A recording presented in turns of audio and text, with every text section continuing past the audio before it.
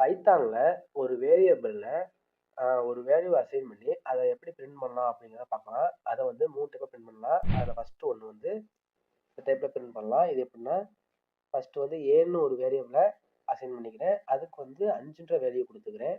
Next வந்து பீன்ற ஒரு value, அதுக்கும் 5ன்னு கொடுத்துக்கிறேன். நெக்ஸ்ட் வந்து சி அப்படின்னு ஒரு வேரியபிள் கிரியேட் பண்ணுறேன். அந்த வேரியபிள் வந்து ஏயும் பியையும் வந்து ப்ளஸ் பண்ண போது ஏயும் ப்ளஸ் பியையும் ஆட் பண்ணோம் அப்படின்னா என்ன ஆன்சர் வருமோ சியில் ஸ்டோர் ஆகும். அந்த சியை வந்து நான் பிரிண்ட் பண்ணுறேன். பிரிண்ட் பண்ணேன் அப்படின்னா எனக்கு அந்த சிக்கான வேல்யூ என்ன அப்படின்னா ஏயும் பி ஆட் பண்ணும் 10, 5 5 10 அப்படின்னு சொல்லும். நெக்ஸ்ட் மெத்தட் வந்து அதே மாதிரி தான் ஏக்கு வந்து நான் 5ன்னு கொடுக்குறேன்.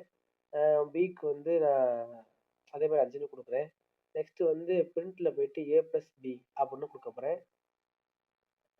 அந்த மாதிரி கொடுத்துட்டேன் அப்படின்னா இப்போ டேரெக்டாகவே அங்கேவே வந்து அது ப்ளஸ் பண்ணி அதோட வேல்யூவை சொல்லிடும். நெக்ஸ்ட் வந்து இன்னொன்று வந்து பிரிண்ட்டை ஸ்ட்ரைட்டாக வந்து நான் 5 + 5 அந்த மாதிரி கொடுத்தாலே எனக்கு 10ன்ற ஆன்சர் வந்துடும். அவ்வளோதான் கைஸ்.